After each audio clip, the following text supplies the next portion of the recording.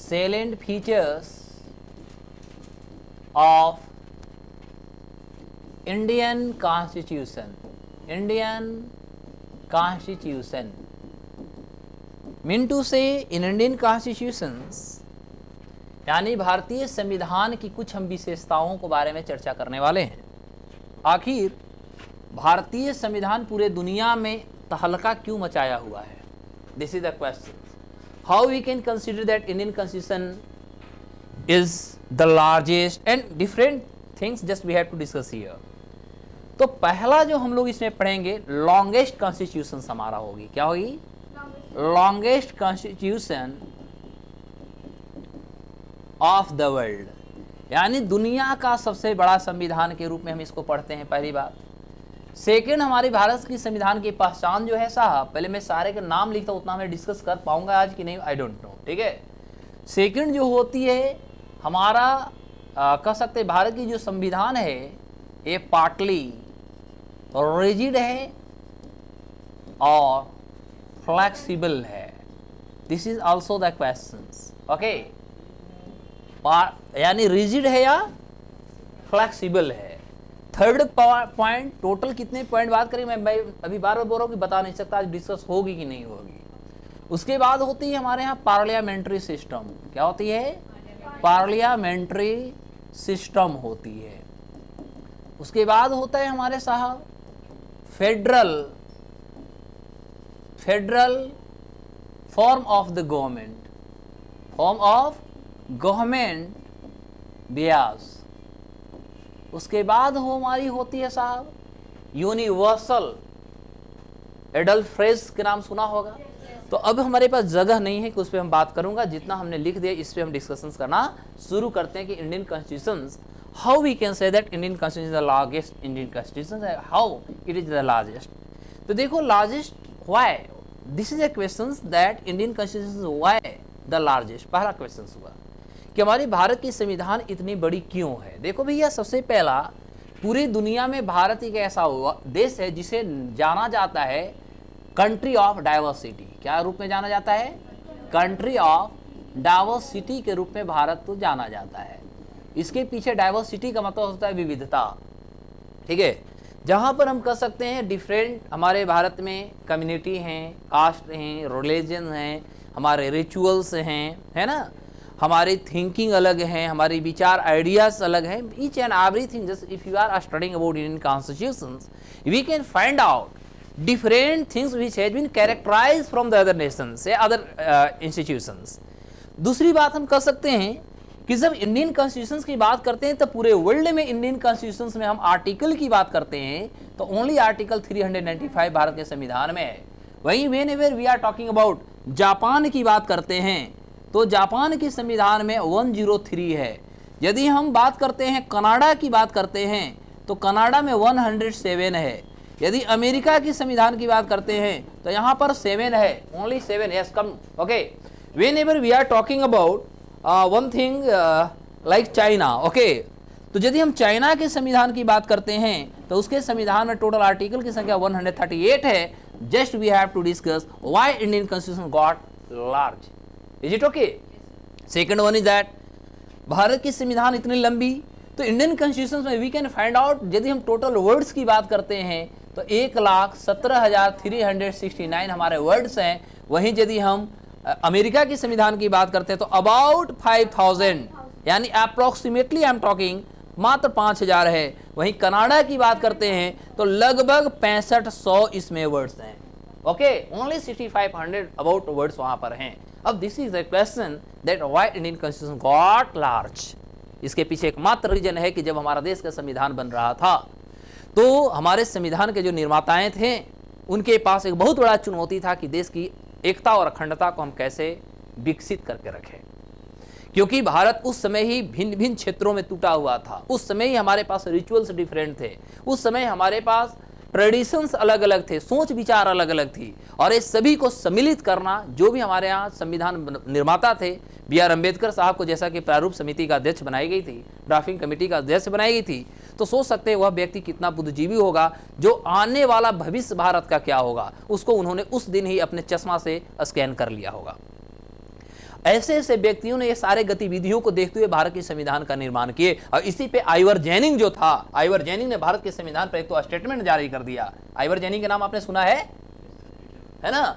तो एक Ivoire ginning जो था, आइवर जेनिंग्स ने भारतीय संविधान पर इन्होंने एक बात लिखा था और उन्होंने कहा कि Indian constitution is an advocates paradise. क्या नाम दिया इन्होंने? Advocates paradise. Advocates paradise. इन्होंने कहा कि भारत की संविधान जो तू संविधान करे, संविधान कहाँ है? यह तो एडवोकेट्स पैराडाइज है। मतलब यहां से दुनिया का जो चीज आप देखना चाहते हो, पैराडाइज का मतलब क्या होता है? स्वर्ग। ऐसे समझो, दुनिया का इसका हिंदी होता है साहब स्वर्ग। यानी आप जो स्वर्ग और नरक की जो बात करते हैं, भारत के संविधान में ही सारा चीज है। सोचिए एक विदेशी ने भारतीय संविधान को इतने पॉजिटिव कॉन्सेप्ट के आधार पर देखा होगा। और आज हम अपने इंडियन कॉन्स्टिट्यूशन पे ही प्रश्न उठाना स्टार्ट करते हैं ना। तो एक विदेशी ने भारतीय संविधान पे इस तरह के स्टेटमेंट जारी किया कि Indian constitution is not a constitution, this is a constitution of advocates paradise. मतलब जिस तरह से एक एडवोकेट, एक वकील अपने मवक्कल, अपने क्लाइंट को एक जज के सामने पेश करके उसे सर्वश्रेष्ठ घोषित करता है, ठीक उसी प्रकार भारत के संविधान दुनिया में अपने आप को श्रेष्ठ स्थान रखता है। This statement was given by Ivor Jennings. Okay, तो ये क्वेश्चन आपसे बार बार एग्जाम में पूछे जाते हैं। Second one is that, Bharat की संविधान की यदि हम बात करते हैं साहब, तो इसके अलावे हम देख सकते हैं, जैसा कि हमने स्टडी किया था, पूरे वर्ल्ड में यदि हम देखें तो 60 देशों के हमने कॉन्स्टिट्यूशंस को स्टडी किया था। और 60 देशों के संविधान को स्टडी करने के बाद हमने इंडियन कॉन्स्टिट्यूशन का जन्म दिया था, जहां पर हमारा 2 साल 11 महीना और 18 दिन लगे भारत के संविधान बनने में। और टोटल लगभग यदि देखा जाए तो हमने 64 लाख रुपया हम भारत के संविधान बनाने में खर्च कर दिए थे। तो ये सभी कारण थे, और एक कारण के आधार पर हम कह सकते हैं कि भारत के संविधान इतने लंबे बने, जहां पर हम हर जाति, धर्म तथा लोगों के सम्मान किया, लोगों के जो विचार थी, लोगों की जो आस्था थी, जो उनकी डिमांड थी, ये सारे चीजों को हमने कहीं न कहीं क्या किया, उनको हमने सम्मान किया। और यही कारण थी कि पूरे दुनिया में यदि हम आज के डेट में देखते हैं तो वर्ल्ड में बहुत सारे राष्ट्र हैं, हजारों हैं। यदि देखा जाए तो नॉमिनेटेड, यदि देखा जाए रजिस्टर्ड देखते तो 297 राष्ट्रों का नाम आती है ना। अब वो सारे राष्ट्रों में यदि देखा तो हर राष्ट्र कहीं न कहीं धर्म के आधार पर आगे बढ़ रहे हैं, लेकिन भारत को उस समय ही एक धर्म सामने नहीं आया, क्योंकि यहाँ पर अनेक जाति और धर्म थे, क्योंकि यहाँ पर अनेक गतिविधि थे। और हमने भारत को एक डेमोक्रेटिक के साथ साथ हमने क्या रखा? सेकुलर कॉन्सेप्ट रखा, हमने डेमोक्रेटिक रखा, जहां पर हम किसी भी प्रकार के एक्सटर्नल या कह सकते हैं कि जो हमारा जेनेटिक्स जो विचार चलते हैं, जेनेटिक्स विचारों को अलग रखा। और हम अपने देश की जो शक्ति का केंद्र जो था, यानी पावर या सेंटर ऑफ द पावर, वो हम आम जनता में निहित कर दिया, यानी इनहेल कर दिया, जहां पर जनता अपने प्रतिनिधि को directly by election they can choose and opt according to their choice, and they can feel that what the person must be elected in our system, through which we can make development to our economy as well as the country as well as our society too. Clear हो गया? तो समाज के निर्माण को देखते हुए हम भारत के संविधान का ऐसे गतिविधियों के साथ अंजाम देने की कोशिश किया। तो this was the main features behind it that Indian constitutions was very long and longest in the world. Is it okay? तो आपसे एग्जाम में पूछा जाए, मान लो किसी को डिस्कस करना पड़े कि भारत के संविधान को इतने लंबा क्यों रखा गया, आराम से आप इसको लिख सकते हो, मेंस में रगड़ दे। 300 वर्ड तो अब कुछ नहीं पढ़ा, अब नहीं ना पढ़ा। अरे 300 वर्ड में तो इसी को डिस्कस कर दोगे तो 300 पूरा हो गया। अब हम जो बक रहे तो फालतू के बक रहे हैं, है ना, तो 1000 प्लस वर्ड हो गए ना। चलो भैया, कॉपी जांच करने वाले बीपीएससी के ऑफिसर ध्यान देना, क्योंकि अब अभियान आईएएस के बच्चे आपके पास पहुंच रहे हैं। पूछ लेना, जहां से औकात होगी पूछ लेना बीपीएससी। आगे बढ़े। अब होती हमारा भारत की संविधान क्या है साहब? तो कुछ सेंस में हम कह सकते हैं कि इंडियन कॉन्स्टिट्यूशन जो है हमारा रिजिड है, और कुछ सेंस में हम कह सकते हैं कि इंडियन कॉन्स्टिट्यूशन क्या है? फ्लेक्सिबल है। क्योंकि हमने आपको बताया होगा कि जब हम वर्ल्ड की बात करते हैं तो वर्ल्ड में हमारा जो कॉन्स्टिट्यूशन है साहब, यह कॉन्स्टिट्यूशन हमने पढ़ाया था कि टोटल 4 प्रकार के कॉन्स्टिट्यूशन होते हैं। कितने प्रकार के होते हैं? There are 4 kinds of constitution in the world होता है। और पहला जो होता है साहब वो हमारा होता है रिटेन कॉन्स्टिट्यूशन, लिखा हुआ संविधान। उसके बाद होता है हमारा अनरिटेन कॉन्स्टिट्यूशन, और थर्ड जो हमने पढ़ाया था वो रिजिड बताया था, और फिर बताया था हमने फ्लेक्सिबल बताया था ना। तो ये हमारा 4 part of the constitution in the world हैं। और भारत के संविधान की बात करें तो हमारे इंडिया के कॉन्स्टिट्यूशन से यहाँ पर कह सकते हैं कि कुछ क्षेत्रों में रिजिड है तो कुछ क्षेत्रों में क्या है, फ्लेक्सिबल है। लेकिन जो हमारा फॉर्म ऑफ इंडियन कॉन्स्टिट्यूशन है, भारत के संविधान का फॉर्म जो है वो हमारा रिटेन का फॉर्म है। वहीं पूरे दुनिया में रिटेन का कॉन्सेप्ट संविधान किसने दिया, अमेरिका ने दिया पहला। क्लियर हो गई। और उसके बाद दुनिया में रिटेन यदि कॉन्स्टिट्यूशन दिया तो भारत दिया, और भारत एक ऐसा यूनिक इंस्टीट्यूशन दे दिया कॉन्स्टिट्यूशन जो पूरे दुनिया इसका क्या मानते हैं, एक यूनिक एग्जाम्पल समझ सकते हैं। तो रिटेन कॉन्स्टिट्यूशन जो होता है साहब, रिटेन कॉन्स्टिट्यूशन कह सकते हैं कि एक ऐसा संविधान जिसमें किसी भी प्रकार का कोई कंफ्यूजन नहीं होता। कंफ्यूजन समझ रहे हैं, यानी ईच एंड एवरीथिंग जो है आपके पास क्लियर है या कह सकते ट्रांसपेरेंट है। If you have any confusion, if a confusion is emerging in your mind, then you can go through the draft, you can go through the documents, क्योंकि संविधान का मतलब ही होता है रिटेन या का डॉक्यूमेंट या written documents of law and rules. Clear हो गया। यानी जहां पर कानूनों का एक संग्रह होता है उसे हम क्या कहते हैं, उसे हम संविधान कहते हैं। मीनिंग क्लियर हो गई। तो भारत की संविधान जो है साहब रिटेन है, जहां पर कोई कंफ्यूजन नहीं, ईच एंड एवरीथिंग। और सबसे महत्वपूर्ण बात होती है कि रिटेन कॉन्स्टिट्यूशन में हम किसी भी प्रकार का मोनोपोलिस्टिक कार्य नहीं कर सकते, जिसको हम लोग मनमानी कहते हैं। मतलब आप अपने मन से किसी भी प्रकार का कोई इसमें एडिट रिफॉर्म नहीं कर सकते हैं जब तक कि आपको मेजोरिटी से बिल पारित कराना होता है। Like we have to discuss in parliament. तो पार्लियामेंट पे 1 by 1, 1 point to 1 point, just we have to make a discussion laws, and then we can find out the conclusion that what must be amended or not. If you have the majority, a bill has been passed, then you can go through. Otherwise, it will be collapsed या demolished. Clear हो गया। तो एक तरह से हम कह सकते हैं कि जो रिटेन कॉन्स्टिट्यूशन होता है या किसी भी देश के संविधान के लिए बहुत इंपॉर्टेंट होता है, क्योंकि कंफ्यूजन नाम का चीज नहीं होता है। और दूसरी बात हम कह सकते हैं कि इसमें मनमानी नहीं चलता है। Is it okay. वहीं जब हम अनरिटेन की बात करते हैं तो अनरिटेन कॉन्स्टिट्यूशन किसके पास है, यूके के पास है। और किसके पास है, न्यूजीलैंड। पढ़ाया था, भूल गए, अच्छा दिखाया है ना।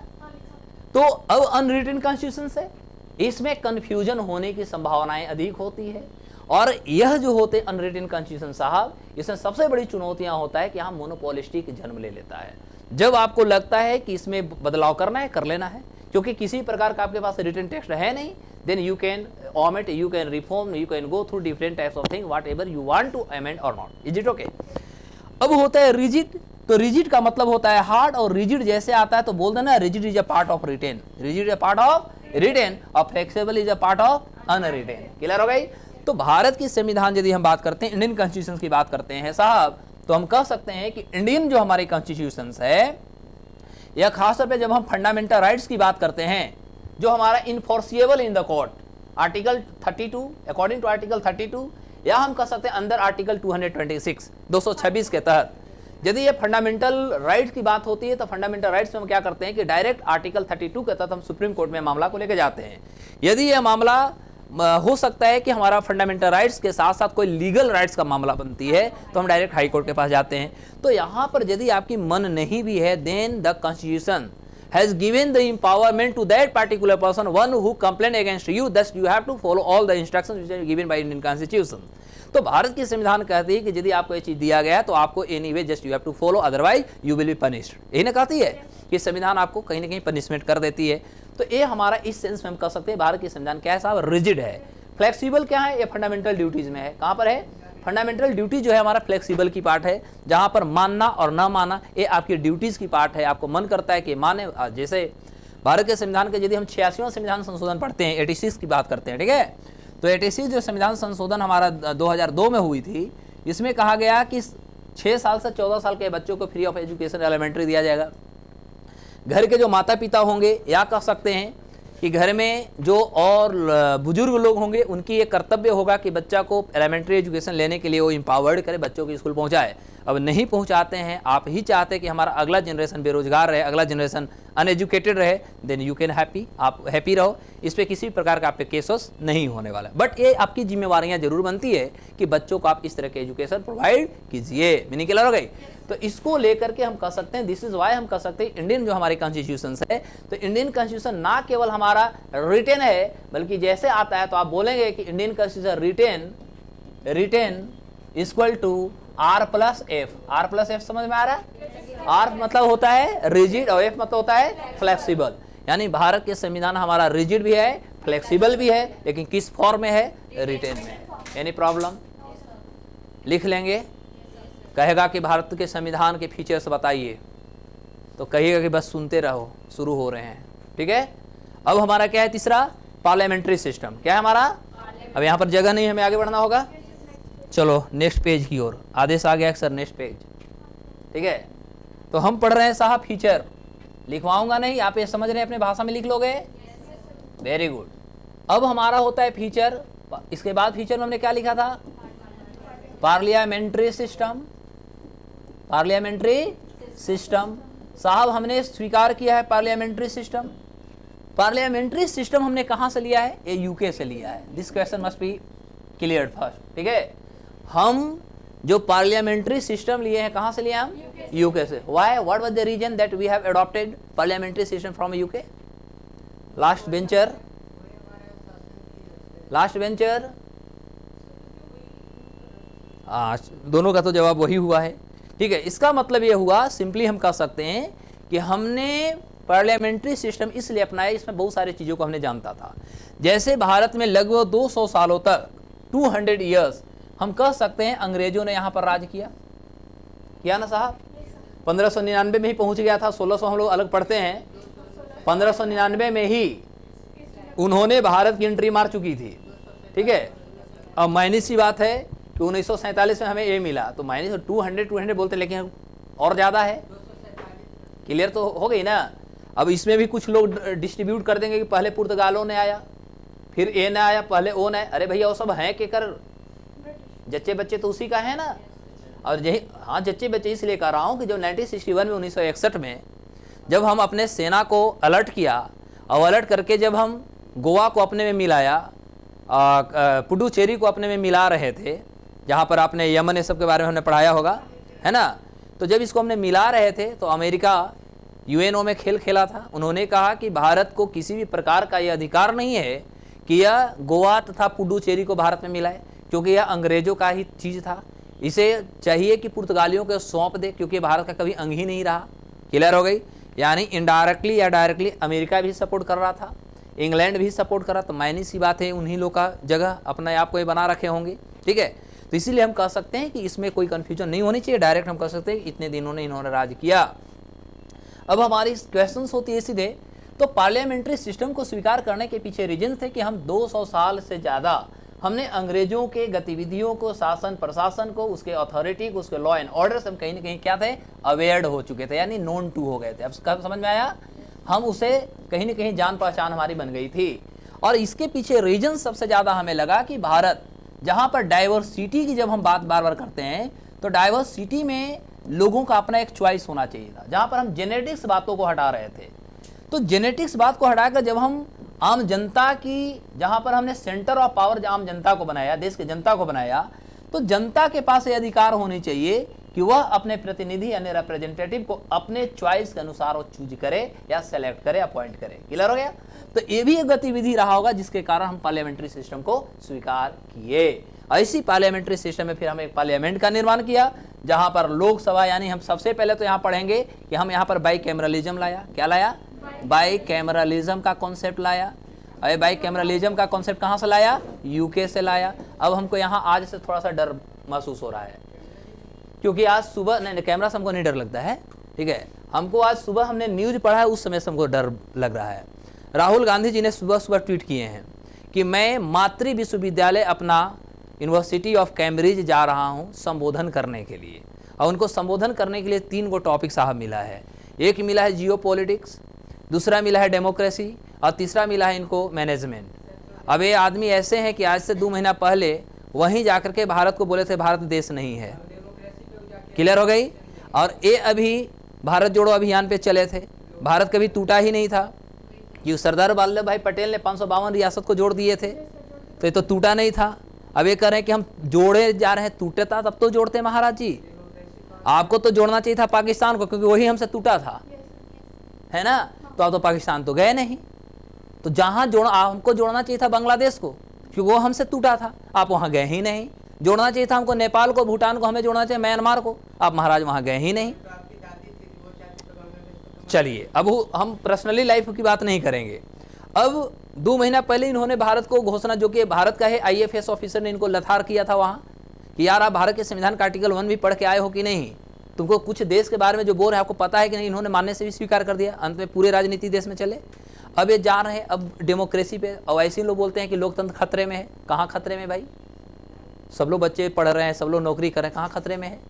हाँ, खतरे में जरूर लोकतंत्र है, क्योंकि आप पे छापा पड़ रही है घोटाला का। लोकतंत्र जरूर खतरे में है कि सारे चोरों के पीछे ईडी लगल है।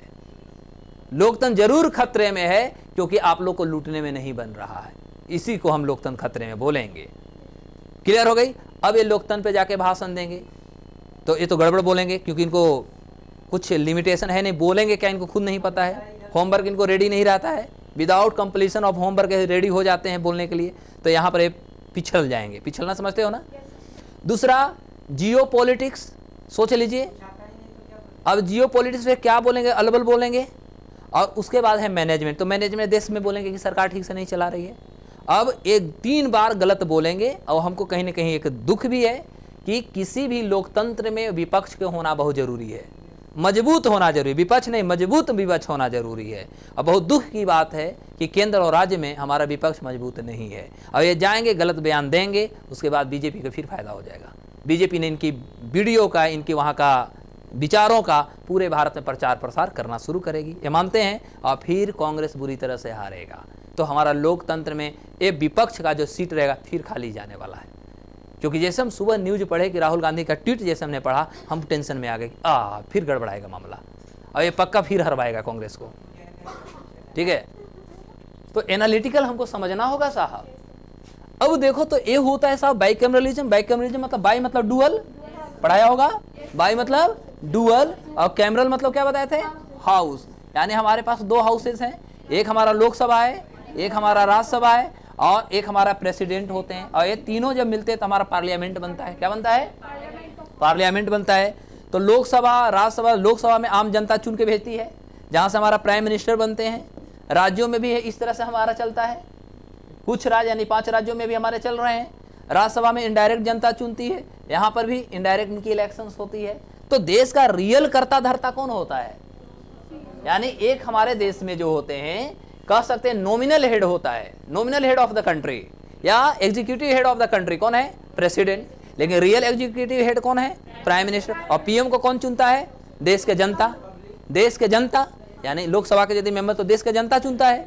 तो यहाँ कहीं ना कहीं हम अपने चॉइस रखते, तो यहाँ पर क्या हुई, हमारा जो हेरेडिटरी फॉर्म थी, ये हेरेडिटरी फॉर्म को हटा दिया। ऐसा नहीं कि कोई व्यक्ति आज राष्ट्रपति बनेगा तो अगला बार भी वही बनेगा, क्योंकि हमारे यहाँ इलेक्शन होता है। ऐसा नहीं कि वही व्यक्ति अगला बार राष्ट्रपति बनेगा। यदि राष्ट्रपति एक ही व्यक्ति बनते चल जाता तो हम कह सकते थे कि हमारा देश का जो form of the parliamentary system है ये नहीं हम मानते। क्लियर हो गई? तो हमारे यहाँ इस तरह के हमने गतिविधियों को अंजाम दिया, ऐसे चीज़ों को हमने स्वीकार किया जहाँ पर जनता को ही हम सर्वोपरि माने और किसी भी चीज़ों को हम हेरेडिटरी फॉर्म में नहीं रखें साहब, जिसको हम कह सकते हैं कि वो जेनेटिक चल रहा है, दादा बने फिर बाबूजी बनेंगे फिर बेटा बनेगा फिर पोता बनेगा, ऐसा नहीं चलेगा। ओके, यहाँ पर आम जनता या चुनाव के साथ चलेंगे। This is called parliamentary system. Clear हो गई? पार्लियामेंट्री सिस्टम में और क्या फायदा होती है साहब? पार्लियामेंट्री सिस्टम में होती है कि हम किसी भी बिल, किसी भी विधेयक पर हम जम के बहस करते हैं, लोकसभा राज्यसभा में बहस करते हैं। उसके बाद हमारा पार्लियामेंट में एक हमारा प्रेसिडेंट होते हैं जिनके पास वीटो पावर दिया हुआ होता है। 3 उनको वीटो पावर है, उसमें सबसे ज़्यादा खतरनाक पावर जो है पॉकेट वीटो है। तो ये हमारे प्रेसिडेंट इसका इस्तेमाल करते हैं, जो कि सबसे पहली बार यदि देखे तो 1986 में इस्तेमाल करने वाले थे। और वो कौन थे?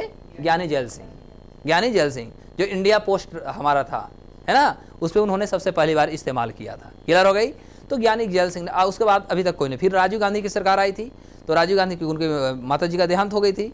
तो जब राजीव गांधी की सरकार आई तो उसको फिर से लाया गया, लेकिन लाया नहीं गया बल्कि उसको लोकसभा में फिर कोलैप्स कर दिया गया, बिल ही को कोलैप्स कर दी गई। Is it okay? तो इस तरह से हम कह सकते हैं कि हमारा पार्लियामेंट भी जो है कहीं ना कहीं बहुत ज़्यादा एम्पावर्ड है, बहुत ज़्यादा शक्तिशाली है। और कुछ क्षेत्रों में हम कह सकते हैं कि हमारा प्रेसिडेंट बहुत ज़्यादा पावरफुल हो जाती है। वो करना न करना अलग बात है। और 42वां संविधान संशोधन के तहत हमने देखा था कि 42वां जो 42nd अमेंडमेंट 1976 में हुई थी, उसमें एक हमारा प्रोविजंस आई थी कि जो भी हमारा काउंसिल ऑफ मिनिस्टर्स के तरफ से जो भी डिसीजन होगा compelled the president to follow, याद आया ना, यानी राष्ट्रपति उस चीज़ों को स्वीकार करने को राजी हो जाएगा, या कह सकते हैं कंपेल्ड है। ये 42वां संविधान संशोधन में बातों को लाई गई थी, जब हम संशोधन पढ़ाएंगे तब वहाँ बताएंगे, ठीक है। तो मायने सी बात है, बातों को सोचना होगा साहब। तो ये हमारा पार्लियामेंट्री सिस्टम हो। इसके बाद हमने क्या बताया था, इसके बाद हमारा पार्ट जो थी ये हमारा फेडरल था। क्या था? ये हमारा फेडरल फॉर्म ऑफ गवर्नमेंट, यही था ना। और हम फिर इसमें ब्याज कर दिया था। इसका मतलब क्या हुई? इसका मतलब हुआ कि भारत के जो सरकार है, चाहे हमारा केंद्र की सरकार हो या राज्य की सरकार हो, हमारे यहाँ पावर का डिस्ट्रीब्यूशन कितने स्तर में किए गए? 3। यदि हम पावर का डिस्ट्रीब्यूशन करते हैं, डायरेक्ट लिख देता हूं, डिस्ट्रीब्यूशन ऑफ पावर्स, तो पावर का जब डिस्ट्रीब्यूशन करते तो ये हमारा 3 लेवल में होता है, यानी 3 स्तर में होता है। एक हमारा सेंटर होता है, एक हमारा स्टेट होता है, और एक हमारा लोकल बॉडी होता है। क्लियर हो गई? तो अब मायने सी बात है, तो इसी आधार पे हम कह सकते हैं, तो हमारे यहाँ जो फॉर्म्स ऑफ द गवर्नमेंट होती है यह 2 तरह से होता है। एक तो हमारा सेंटर होता है, एक हमारा स्टेट होता है। लेकिन कभी कभी जो federal form of the government हम जो पढ़ते हैं, ये हमारा काशी फेडरल का मीनिंग देता है। किसका देता है? काशी फेडरल का कॉन्सेप्ट देता है। क्यों भैया?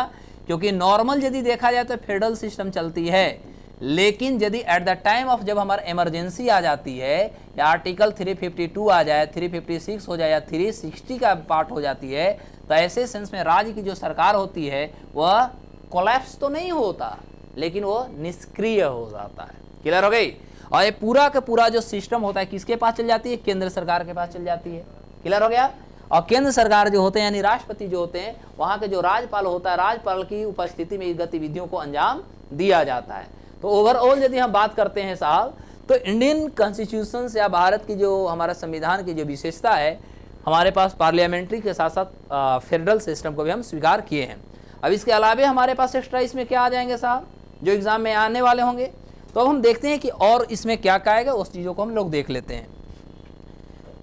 तो हमारा जब फीचर्स की ही बात कर रहे हैं, तो फीचर्स में आगे हम लोग पढ़ लेंगे फंडामेंटल राइट्स। क्या पढ़ लेंगे? फिर हम पढ़ लेंगे फंडामेंटल ड्यूटीज। उसके बाद आप क्या देखेंगे? DPSPs, directive principle of state policy. उसके बाद यूनिवर्सल एडल्ट फ्रेंचाइज, है ना साहब, ये हमारे पास आ जाती है। इसके अलावे भी जो हमारा एग्जाम में पूछा जा सकता है वो होगा 2 चीज और इसमें आप जोड़ लेंगे, कम से कम 2 चीज और जोड़ना होगा। एक हमें जोड़ना होगा सेकुलर सिस्टम, ठीक है, और एक जोड़ना होगा हमारा सिंगल सिटीजनशिप। ये सारे भारत के संविधान की फीचर्स है। अब ये सब पे भी डिस्कशन शुरू होता है, ठीक है। यानी इससे पिछले हमने क्या क्या देख लिया, जल्दी से एक बार याद कर लो। इसके पहले क्या क्या हमने देख लिया? Largest, rigid and flexible parliament system, federal form of government, है ना। इसके बाद हमने क्या देखा? Federal government. चलो भैया अब आगे देखते हैं, फंडामेंटल ड्यूटीज की बात करेंगे, है ना। देखो साहब, भारत की जब संविधान बनी, फंडामेंटल राइट्स, ठीक है, वहां पर देख लेंगे, आ रहेगा तो राइट्स पढ़ा दें, डी होता है तो ड्यूटीज पढ़ा देते हैं, कोई दिक्कत। तो यदि भारत की संविधान की बात करें, तो भारत की संविधान जब हमारा 26 जनवरी 1950 को जब इम्प्लीमेंट पूरे इंडिया में होती है, तो इस इम्प्लीमेंटेशंस में हमने देखा कि उस दिन हमारे भारत के संविधान में 395 हमारा क्या था? आर्टिकल था, ठीक है। और इसके साथ ही साथ हम कह सकते हैं कि इंडियन कॉन्स्टिट्यूशन में टोटल 7 हमारे पास फंडामेंटल राइट्स थे। कितने थे फंडामेंटल राइट्स? 7 हमारे पास फंडामेंटल राइट्स थे, जो आप पढ़ते होंगे कि भारत के संविधान में आर्टिकल 14 से लेकर के 32, 35 तक आप पढ़ते हैं ना। तो नॉर्मली जो हमारा फंडामेंटल राइट्स होते हैं, ये फंडामेंटल राइट्स हर लोगों की अलग अलग अधिकारों की साहब बात करती है। जैसे आर्टिकल 14 की बात करें, तो आर्टिकल 14 में क्या है? Right to equality before the courts या लॉ।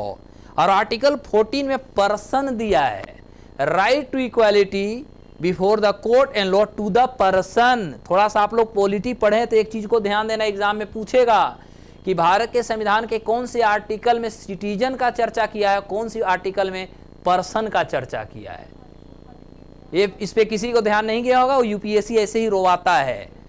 तो याद रखना, आ रहा हूं बेटा।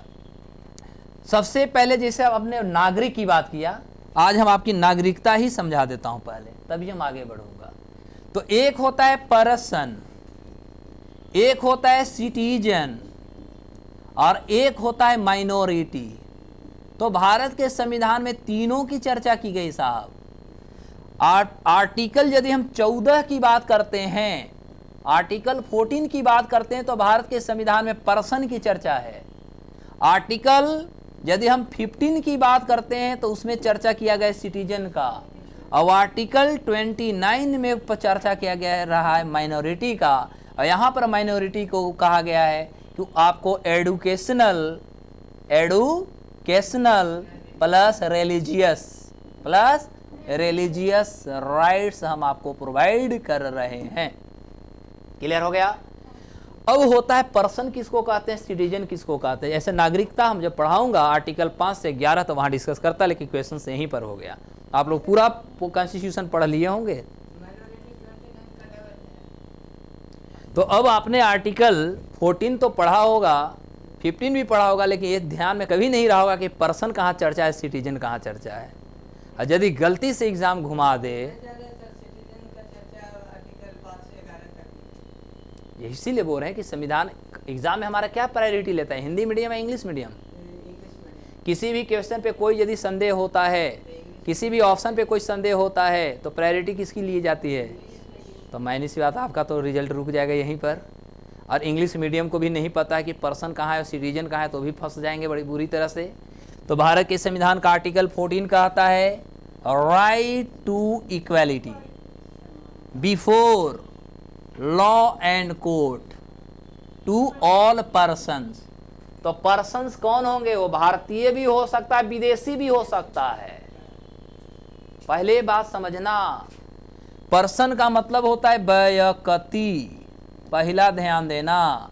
और सिटीजन का मतलब होता है नागरिक, दूसरा ध्यान देना। और नागरिकता के लिए भारत के संविधान में आईटी एक्ट 1961 के साथ साथ फेमा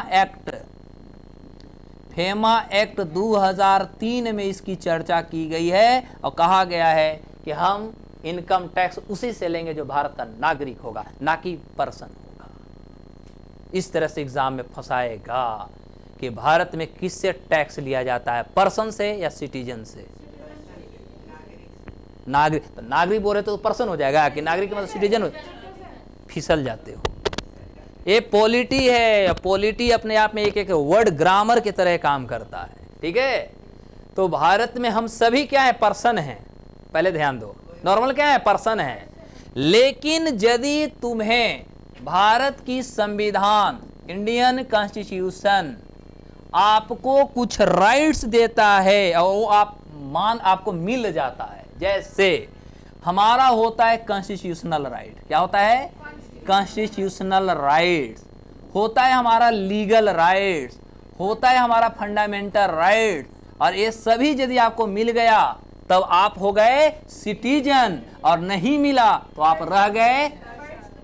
बताओ कितने खतरनाक कॉन्सेप्ट में आए।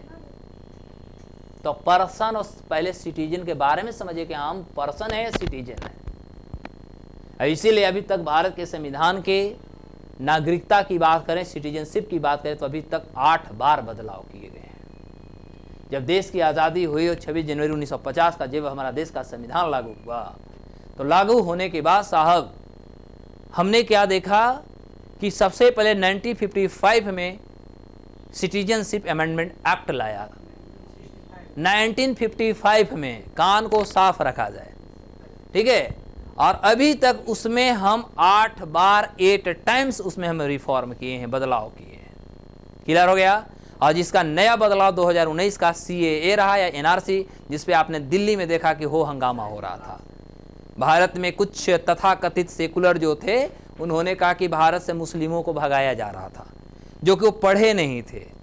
उसमें डायरेक्ट अक्षरों में लिखा हुआ है कि जो भारत में घुसपैठ कर करके गलत तरह से देश में एंट्री मारे हैं, उनको हम भगाएंगे। और सबसे ज्यादा अभी तक लगभग 3 मिलियन प्लस बांग्लादेशी भारत के असम राज्य में केवल घुसपैठ किए हैं। तो घुसपैठ दो होते हैं, एक किसी ने वीजा पासपोर्ट लेकर के आया रह रहा था, उनका वैलिडिटी एक होता है, टीन्योर होता है, टीन्योर खत्म होगा उसके बावजूद भी वो रह रहे हैं, ये क्या हुआ, इलीगल रूप से रहना, क्योंकि टाइम पूरा हुआ चल जाते। अब आप यहाँ घर बसा रख रहे हैं, ये गलत हुआ, ये अवैध हो गए, अवैध रूप से रहना, या गलत तरह से आप आके रह रहे हैं। तो भाई साहब मायने सी बात है कि भारत की प्राकृतिक संसाधन पे ऑलरेडी यहाँ की जनसंख्या का इतना बर्डन है और वो रोज दिन प्रतिदिन अपनी जनसंख्या बढ़ा रहे हैं। अब समझ में आ गई? तो बताइए उनको देश से निकालना कोई गलत था? और इस पे राजनीति कौन कराए? राजनीति कराए इसमें कांग्रेस ने कराया और ममता दीदी ने कराया, क्योंकि ममता दीदी को बांग्लादेशियों से क्या मिलता था? वोट, बनती थी सरकार। लो अब ऐसे मत बोल दो, ठीक है? तो हम अपने फायदा के लिए देश की रिश्ता को, देश की एकता अखंडता को खराब कर रहे हैं। बार बार सरकार करी कि आप सीएए को पढ़िए। भारत, अरे भैया भारत से कौन हिंदू और मुस्लिम को भगा सकता है भाई? देश के आजाद कराने में हिंदू मुस्लिम दोनों रहे हैं। किसी की कहना नहीं चाहिए, किसी के पप्पा के देश नहीं है कि वो किसी को कहेगा कि आप मुस्लिम है तो देश छोड़ के भाग जाओ। हाँ, गलत तरह से रहे तो भाई भागना पड़ेगा, सीधी सी बात है। गलत तरह से यदि आपके पास कुछ नहीं हो तो डायरेक्ट वहां लिखा हुआ है कि इंडियन मुस्लिम के बारे में नहीं है, इलीगल रूप से जो इंडिया में रह रहे हैं उनके। लेकिन इसके विरोध देश में कितने लंबे चले, पूरे शाहीन बाग का, पूरे भारत में इसका विरोध चला।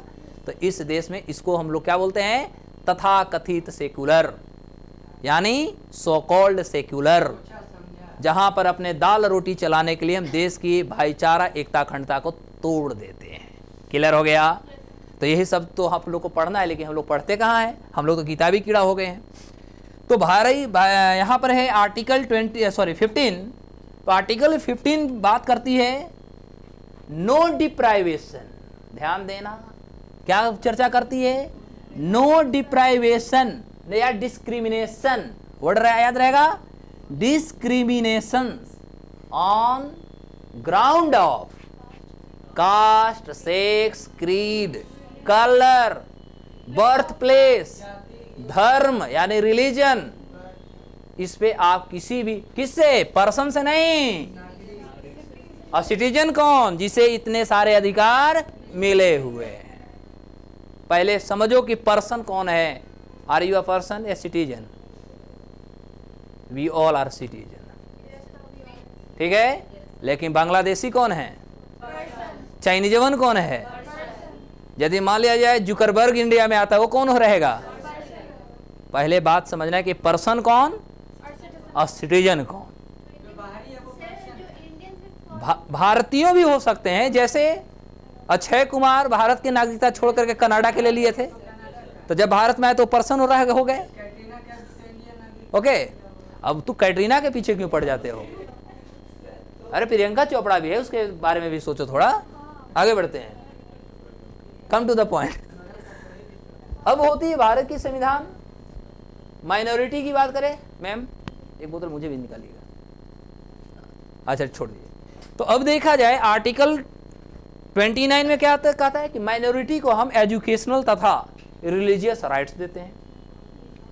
तो नॉर्मली इंडियन कॉन्स्टिट्यूशन में हमें ये चीज देखना, तो फंडामेंटल राइट्स की हम जो चर्चा कर रहे थे साहब, तो भारत के संविधान में फंडामेंटल राइट्स जो थी स्टार्टिंग में हमें कितना मिला था? 7। लेकिन 44 कॉन्स्टिट्यूशनल अमेंडमेंट एक्ट 1978, याद रहेगा, 44वां संविधान संशोधन जो 1978 में हुआ था, जो आर्टिकल 31 में हमारा राइट टू प्रॉपर्टी था, आरटीपी, याद रहेगा। ओके प्लीज साहिल। तो राइट टू जो प्रॉपर्टी थी, देखो ज्यादा गंभीर स्टूडेंट वही कहलाते, यदि आपको आता है तो बढ़िया से सुनो, आप में नॉलेज में जुट रहा है या नहीं जुट रहा है। और इतना कान खोल कर सुनो, मेरे क्लास में बैठोगे तो कितने कहाँ से पढ़ के आए हो वो सारे यहाँ पर कम पड़ जाएंगे। इतना माइंड में सेट करके बैठना, एकदम माइंड में सेट करके कि जा रहे हैं अशोक सर के क्लास में, तो जो हम पढ़े हैं उसमें जुटने वाला है, घटने वाला नहीं है। ये माइंड में सेट करके आना। तो अब आगे देखते हैं। तो आर्टिकल हमारा 31 में आरटीपी की चर्चा हुई थी, राइट टू प्रॉपर्टी का। और राइट टू प्रॉपर्टी को 44 CAA के तहत इसे भारत के संविधान से आगे ले जाकर 300 का A में इसको रख दिया गया। और अब ये हमारा एक लीगल राइट्स हो गया। अब क्या हो गया हमारा लीगल राइट्स। तो पूछ सकता है कि हमारा फंडामेंटल राइट्स में टोटल पहले कितने राइट्स थे? 7 में कौन सा हटा? Right to property. वो कौन से आर्टिकल में था? कौन से आर्टिकल में था? दिमाग यहां या पाकिस्तान चला गया? तो 31 में था। अब ये कहां चला गया? अब 300 के ए में जाने के बाद ये फंडामेंटल राइट्स है या दूसरा राइट्स बन गया? क्लियर हो गई? एग्जाम में क्वेश्चन कैसे पूछेगा आपको सोचना है। हमारा काम खत्म। बता तो दिया अब, ठीक है। तो ये रोज आने वाली क्वेश्चन है, जब सेट मारोगे तब एक बार मिलेगी, ठीक है, क्योंकि ये एग्जाम के लिए लवेबल क्वेश्चन है, लवली क्वेश्चन है। ओके, जितना हम लोग के मम्मी पापा ने मोहब्बत करते हैं उतना हमारा एग्जाम इससे मोहब्बत करता है। आगे बढ़ जाता हूँ। तो ये अब हमारा लीगल राइट्स बन गए हैं, लेकिन पहले कौन था हमारा? Fundamental rights. क्लियर हो गई? तो अब हमारे पास टोटल फंडामेंटल राइट्स की संख्या कितने हो गए साहब? 6 बच गए। कितने बच गए? कब से 6 रह गए? 1978 से। 1978 से अब हमारे पास कितने बच गए? 6 बच गए। क्लियर हो गई? ये भारत के संविधान का एक अनुपम एग्जाम्पल है और विशेषता है जो दुनिया के किसी भी संविधान में नहीं मिलेगा, जहाँ पर हर लोगों के अधिकार की भी चर्चा करती है, उनका कर्तव्य की चर्चा करती है। अब हम बात करेंगे कर्तव्य की। अब हमारे पास अधिकार है। सर कहो लेट आप आए थे, अच्छा ठीक, पढ़ा दिए ना, तो आपको हम पढ़ाए तो आपका भी ड्यूटी क्या बनता है कि सर जब पूछें तो जवाब दीजिए। ये भी तो है आपका जब ड्यूटी राइट है कि सर हमको ये सिलेबस पूरा नहीं हुआ है, हमने ड्यूटी, हम अपना राइट दिया आपको, राइट आपको फुलफिल किया। आपका क्या अधिकार है? आपका क्या कर्तव्य बनता है? आपका फंडामेंटल ड्यूटी है कि मास्टर ने पढ़ाए हैं, एग्जाम लेने वाले हैं, डट के एग्जाम देंगे, क्वेश्चन पूछेंगे तो डट के जवाब देंगे। लेकिन जब पूछने की बारी होती है तो आप फंडामेंटल ड्यूटी में वो घट जाते हैं। लेकिन राइट्स की बात हम सभी करते हैं। हम सरकार से बार बार कहते हैं कि हमें बेरोजगारी हो गई है, गरीबी है। ये आपका अधिकार है सरकार से बोलने का, आपका ड्यूटी है कि हम दो हमारे दो को फॉलो करो। समझ में आया? ये हमारी ड्यूटी है कि हम जनसंख्या नियंत्रण को करें। ये हमारा ड्यूटी है कि बाल बच्चा को पढ़ाई लिखाई करवाएं, हथियार उठाने से रोकें। ये हमारा ड्यूटी है कि उसे अच्छा ज्ञान दें। ये हमारा ड्यूटी है कि हम बच्चों को संस्कारी बनाएं। सही है गलत? तो हम तो अधिकार की बात करते हैं देश में, हमें चाहिए आज़ादी, हमको ये चाहिए वो चाहिए। तो आपका कर्तव्य भी तो कुछ है। आपका कर्तव्य है कि आपका पढ़ाई का अधिकार है कि हम जाएंगे तो अभियान में पढ़ेंगे, हम दे रहे हैं आपको। आपका कर्तव्य है कि आइए तो शांतिपूर्ण आइए, आइए तो कम से कम साफ सफाई बना कर रखिए, आइए तो बेंच कुर्सी को मत पटकिए, आइए तो शासन अनुशासन को ध्यान में रखिए, आइए क्लास में तो मोबाइल वोबाइल बंद करके आइए। ये भी आपका ड्यूटी बनता है। ये आपका ड्यूटी नहीं कि टीचर पढ़ा रहे हैं तो हम चालू हो जा रहे हैं मोबाइल पर, हम मैसेजिंग कर रहे हैं। This is not duty. इसलिए just we have to know, हमें एक सशक्त नागरिक होना होगा। जब हम अपने अधिकार की बात करते हैं तो साथ ही साथ हमें कर्तव्यनिष्ठ भी होना चाहिए। जब हम ट्रेन में जाते हैं, ये हमारी राइट्स होती कि हम ट्रेन से जाएंगे, तो ये भी तो कर्तव्य है कि टिकट लेकर चढ़ेंगे। ट्रेन से जाने का आपका अधिकार है, तो ये भी तो कर्तव्य है कि सीट फाड़ेंगे नहीं, ट्रेन को गंदा नहीं करेंगे। कल हमारे ही फैमिली से माता बहन भाई बंधु कोई चढ़ के जाएगा, हो सकता है कि रात में आपने सीट खोल के लेकर भाग गया है, बैठेगा कौन? खड़ा फिर तुम्ही को, तुम्हारे ही घर के फैमिली लोग खड़े होकर जाएंगे। गलत बोल रहे हैं तो बोलो। तो हमें एनालिटिकल ये सोचना होगा। जब हम बार बार सरकार को कहते हैं, कोसते हैं कि सरकार ये नहीं कर रहा है, ये नहीं, सरकार से आपका अधिकार है नौकरी लेने का, तो आपका कर्तव्य है कि ईमानदारी से पढ़ें। तो पता लगा कि एडमिशन ले लिए हैं नवादा में और बैठल है पटना में, एडमिशन है ग्रेजुएशन में और तैयारी कर रहे हैं रेलवे के, क्या सरकार इसके लिए जिम्मेवार है? We are responsible. इसलिए हमें संविधान ये भी कहता है कि हमें किसी और पे प्रश्न नहीं उठाना चाहिए, किसी और के पैर नहीं देखना चाहिए कि फलाना जूता के साथ मोजा पहन ले कि नहीं। हमें ये देखना चाहिए कि हमारे पैर में चप्पल है कि नहीं। ये हमारा कर्तव्य होता है कि हम अपने पैर को देखें, दूसरे के पैर को ना देखें। लेकिन हमारे देश में क्या होती है, राइट्स पे हम आवाज़ उठा देते हैं, महीना में मोदी जी ने प्रधानमंत्री जनधन योजना में 500 रुपया नहीं आया तो हल्ला बोल दिए, लेकिन 500 रुपया किस लिए मिला था ये हमको ध्यान में नहीं रहा। यदि अगला महीना लेट हो गई तो प्रधानमंत्री पे प्रश्न भी उठा लिए। अभी पूरे भारत में स्वच्छ भारत अभियान चल रही है।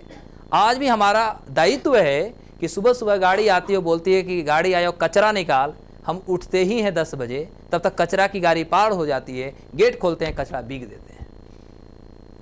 1 जुलाई 2022 से पूरे भारत में प्लास्टिक बैन है। हमारा कर्तव्य है कि मार्केट जाए तो झोला लेकर के जाएं, सब्जी ले तो हम अभी भी बाजार जाते हैं, भाई साहब ने एगो प्लास्टिक में सब्जी दिया, एक आउट दे देना, हम राइट।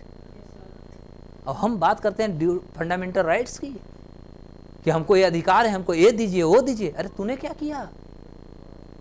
इसलिए सोचना होगा। जैसे हम अभी बोल रहे, थोड़ा घर में बोलिएगा, लोगों को समझाइएगा, तब जाकर के उनको राजनीति समझ में आएगी, वो देश का हमारा संविधान समझ में आएगा। हम संविधान के बार बार बात करते हैं, लेकिन संविधान जो हमारे पक्ष में बात करती है उसकी तो हम बात करते हैं, लेकिन जो संविधान हमें कहता है कि ये भी करो उसकी बात नहीं करते हैं, खाली अपनी बात करते हैं, है ना। तो ये हमें चीज़ों को समझना होगा बाबू। अब हमारा होता फंडामेंटल ड्यूटीज, राइट्स तो मिल गए, तो भैया हमारा अधिकार के साथ कर्तव्य भी तो होगा। मम्मी पे हमारा अधिकार है कि मम्मी हम एक कोचिंग में पढ़ेंगे, पापा एक कोचिंग में पढ़े, हमें इतना महीना दीजिए।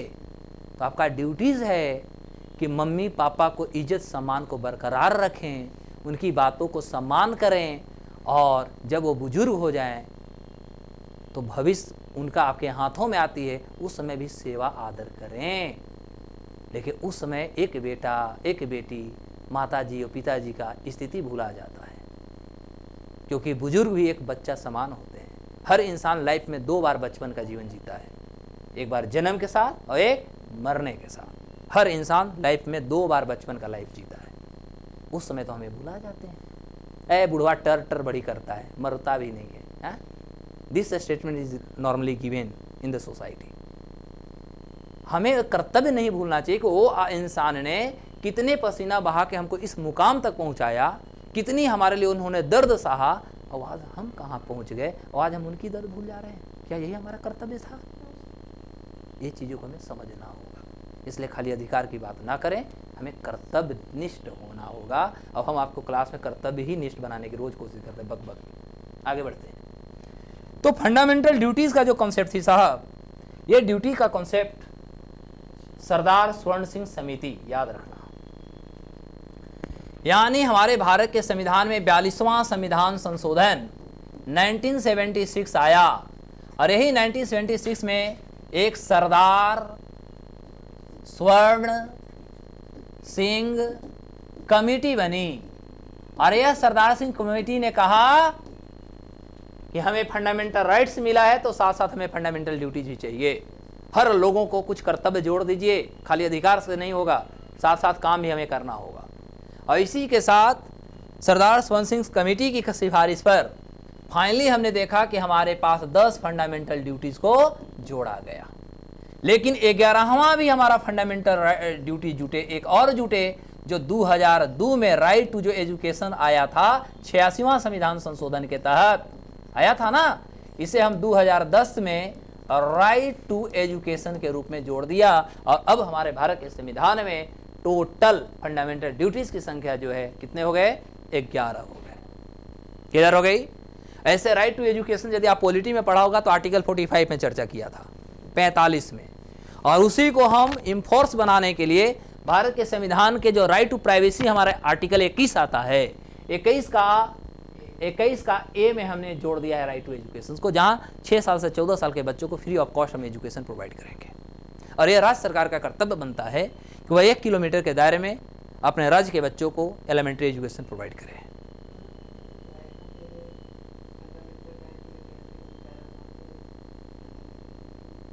कैपिटल है ना, एमेंडेड है, और स्मॉल जो है और रियल है। पहले ये भी याद करना, ये भी एग्जाम में पूछेगा।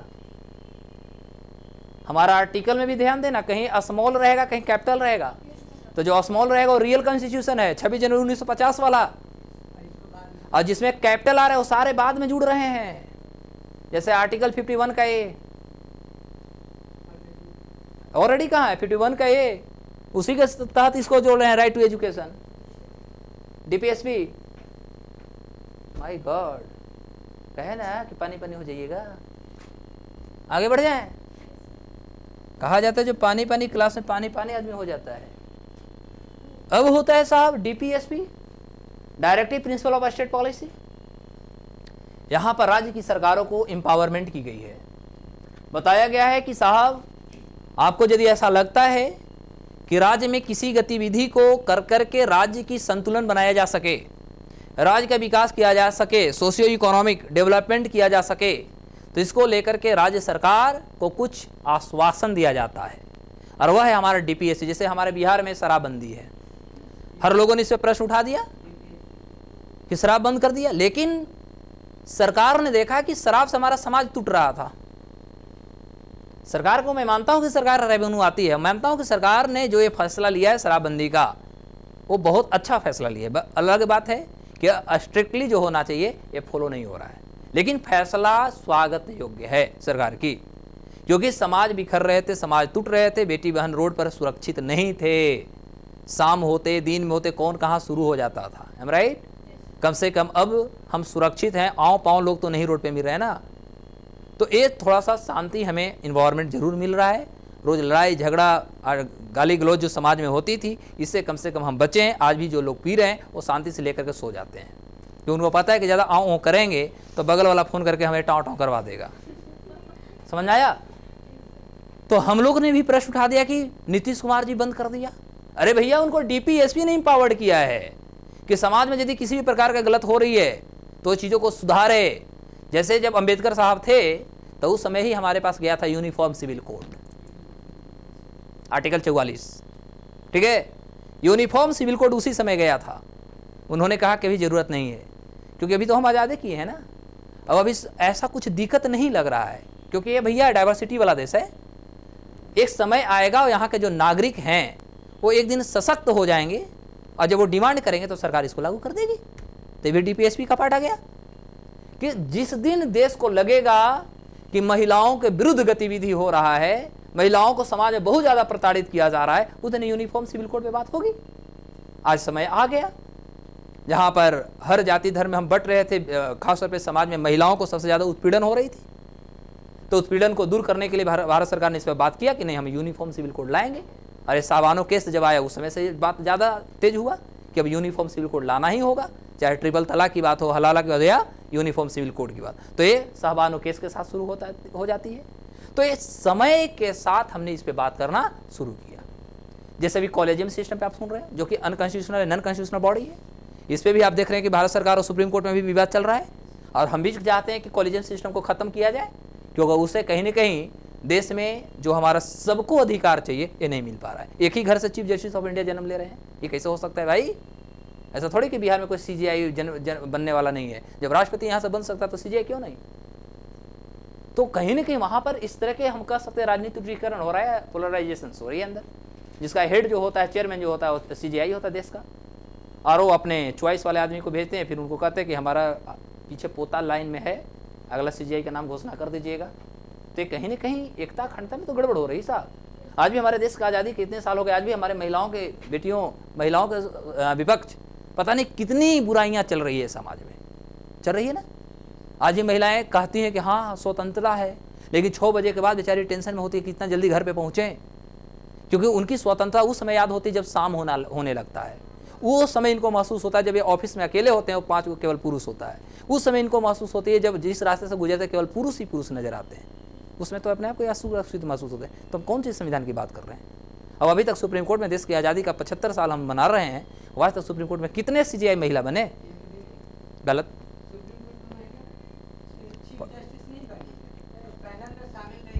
जज रही है ना। तो अब प्रश्न होता है कि 2 के बाद तीसरा का नाम ही नहीं आ रहा है, क्यों भाई। एक महिला अपनी दर्द जितना खुल के एक महिला के सामने रख सकती है, क्या कभी भी पुरुष के सामने रखती है।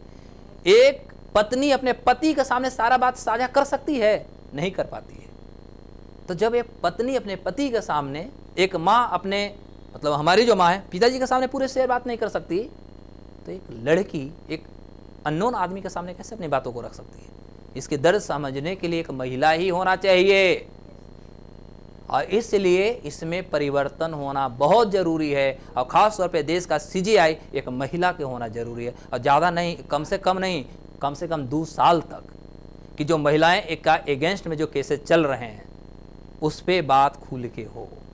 देखिए प्रॉब्लम है कि यहाँ का सीजीआई चाहेंगे नहीं, क्योंकि भारत तो है पति प्रधान देश। यहाँ तो मेल डोमिनेटेड सोसाइटी का जन्म दिया गया है, तो उनको भी डर लगता है, क्योंकि वो तो दिन भर फैसला सुनाते हैं, शाम में जाकर के वो भी वही प्रताड़ित काम घर पे करते होंगे, इसलिए उनको भी पता है कि कर दिए तो कल हम प्रताड़ित हो जाएंगे। महिला सशक्त, पुरुष सशक्त, आगे बढ़े। इसलिए आप लोग बढ़िया से पढ़िए, सिस्टम को सुधारिए।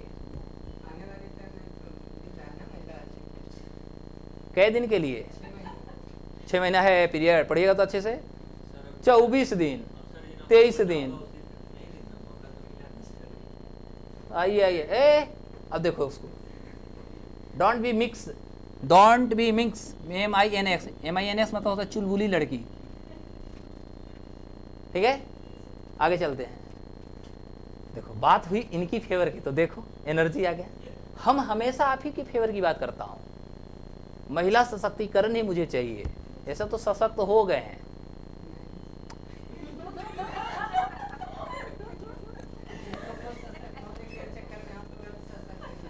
अब ना हो पाइएगा ना, क्योंकि आप अपना रियलिटी को भूल गए हैं, और इनको अब रियलिटी पता लगे मैं हूं कौन। ये वही है, लक्ष्मीबाई है ये। लेकिन समस्या है कि अपना दुर्गा के अवतार भूल चुके हैं। अब इनको दुर्गा के अवतार, अंदर में जो इनका लायन शेर जो है ना, वो सोया हुआ है, बस उसको जगाने की जरूरत है, बस जगा देते हैं रोज। लेकिन हम जगाते हैं, हमको जाने के बाद फिर इनका शेर सो जाता है। हम तो जगाते हैं 2 घंटा, और उसके बाद इनकी शेर ऐसा सोता है कि फिर 1 सप्ताह के बाद हम जगाने के लिए फिर आते हैं। बहुत टाइम लगता है, देखो इतना देर से जगा देते, मुंह सूख गया। अब हम जाएंगे, इन लोगों का शेर सूख जाएगा। आगे बढ़ते हैं। अब हमारा होता है साहब यूनिवर्सल फ्रेंचाइज।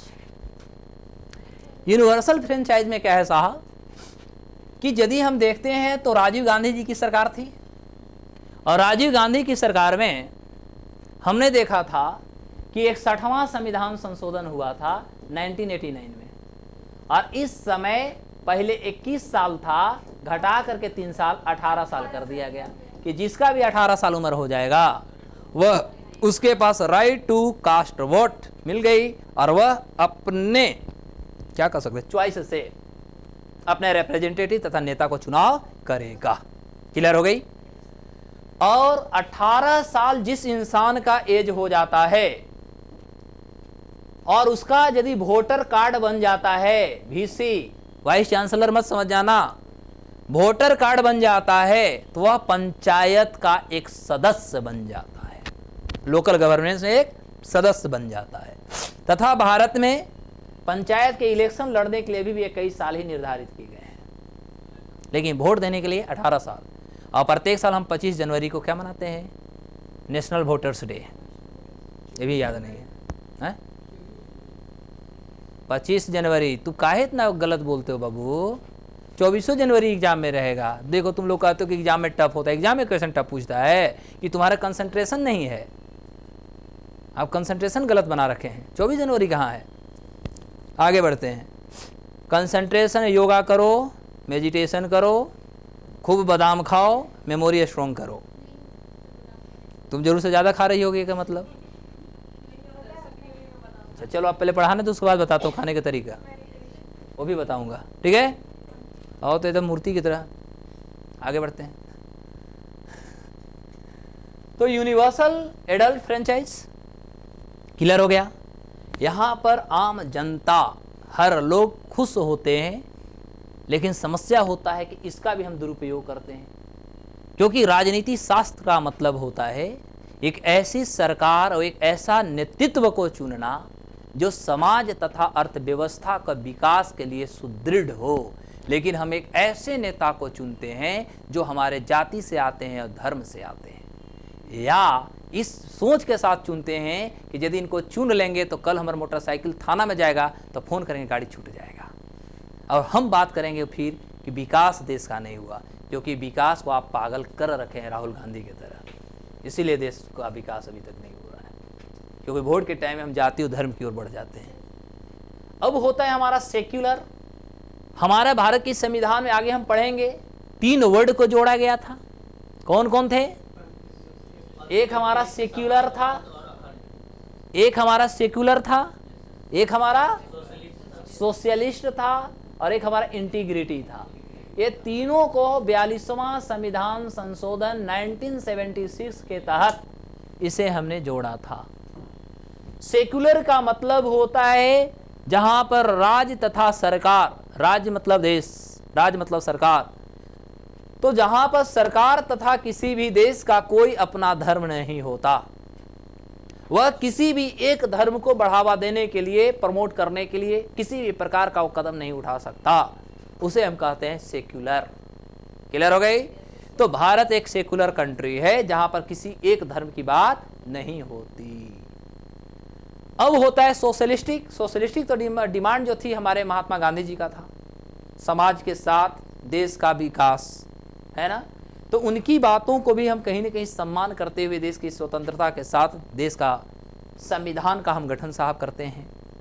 उसके बाद साहब होती है हमारा इंटीग्रिटी, अखंडता। हम अखंड भारत हैं जहां पर हम डिस्ट्रक्टिव पार्ट को इंडिस्ट्रक्टिव बनाने की कोशिश करते हैं। मतलब फेडरल से हम यूनियन बनाते हैं, छोटे छोटे टुकड़ों को हम एक साथ जोड़े, और वही था हमारा 552 प्रिंसली स्टेट्स, जिसको हमारे सरदार वल्लभ भाई पटेल साहब जी ने जोड़ के इसको एक बनाने की कोशिश की है। क्लियर हो गया? और इसके साथ देश का हम एक संप्रभु बनाने की कोशिश की है। अब होता है हमारा सिंगल सिटीजनशिप। ये सिंगल सिटीजनशिप हम कहां से लिए हैं? यूके से लिए हैं। कहां से लिए हैं? यूके से लिए हैं। पहला बात ध्यान देना। और डुअल सिटीजनशिप कहां कहां है? अमेरिका में और स्विट्जरलैंड में है। क्लियर हो गई? अमेरिका और स्विट्जरलैंड में ना। तो अमेरिका और स्विट्जरलैंड में क्या है कि एक देश का और एक राज्य का जहां पर है उनका एक नागरिकता होती है, लेकिन हमारी भारत का जो नागरिकता होती है, सिटीजनशिप जो होती है, वह मात्र एक देश का होता है, राज्य का नहीं होता है। इससे प्रूफ होता है कि हमारे देश का जो पावर हेड है वह सेंटर है, ना कि स्टेट है। और वैसे भी हम मोंटीवीडियो कॉन्फ्रेंस 1933 के तहत बताया था कि हमारा देश ही सुपर पावर है, ना कि राज्य सुपर पावर है। मैंने क्लियर हो गई? तो ये सारे चीजें हैं साहब। तो यूके से हम सिंगल सिटीजनशिप लाया है। अब नागरिकता जब हम लोग आगे पढ़ेंगे आर्टिकल 5 से 11 तक, तो उस पर हम लोग चर्चा करेंगे। तो हमारा एक सबसे बड़ी चीजें हैं कि हमारे पास सिंगल सिटीजनशिप है, और इतने सारे जो हमारे फीचर्स हैं, यह फीचर भारत के संविधान को विश्व के संविधान या विश्व के सामने एक अनूठा रूप पैदा करता है। This is the part of Indian constitution and the features of Indian constitution. Any confusion, any problem, then just you have to discuss